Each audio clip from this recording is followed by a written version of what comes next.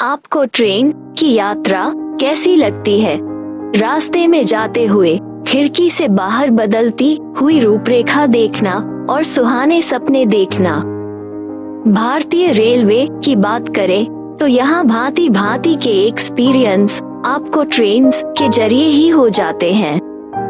Train का sleeper class तो हमेशा किसी परिवार की तरह लगता है। अगर इस बीच अंताक्षरी शुरू हो जाए तब तो बात ही क्या होगी। पर ट्रेन को लेकर कई खौफनाक खबरें भी आती रहती हैं, जो यात्रा को सुखद नहीं बल्कि दुखद बना दे। जरा सोचिए, आप अपना सामान लेकर किसी स्टेशन से ट्रेन पर चढ़े हों और वो ट्रेन अचानक गायब हो जाए तो। ये किसी फिल्म की स्टोरी नहीं बल्कि ये तो असलियत है, जहां एक ट्रेन 106 यात्रियों के साथ रोम के स्टेशन से निकली थी और उसका 100 साल बाद भी कुछ पता नहीं चला। ये उसी MH370 विमान के जैसा हाल है जो मलेशिया से उड़ा था, लेकिन आज तक उसका कुछ पता नहीं चला। आज हम आपको उसी ट्रेन के बारे में जानकारी देने जा रहे हैं जो कभी मिल ना सकी। क्या है जेनेटी घोस्ट ट्रेन?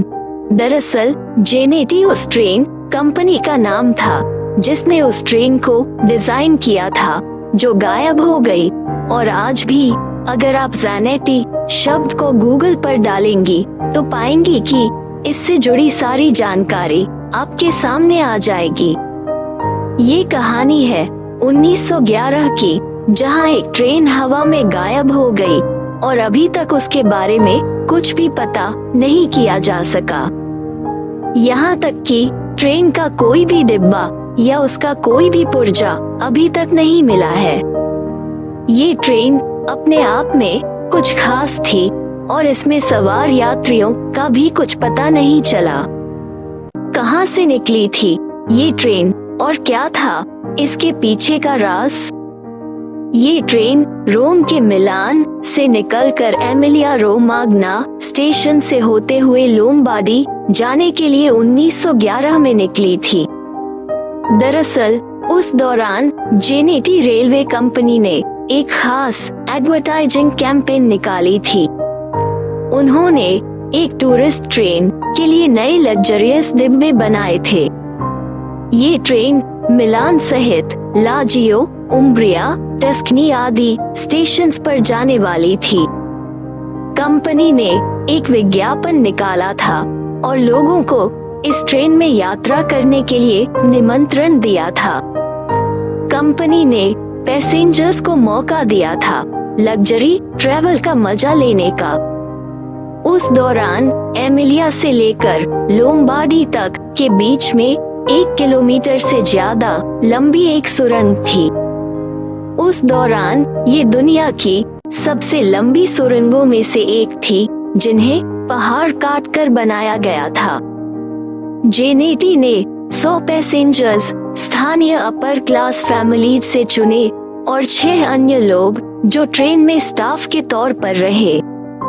मिलान से ट्रेन ने यात्रा शुरू की और इटली की खूबसूरत सीनरी के बीच लोगों ने शैंपेन के साथ अपनी यात्रा का आनंद लेना शुरू किया। सब कुछ अच्छा जा रहा था और ट्रेन जब सुरंग के अंदर घुसने वाली थी तो वहाँ कुछ लोग मौजूद थे जो उस ट्रेन को देखने आए थे।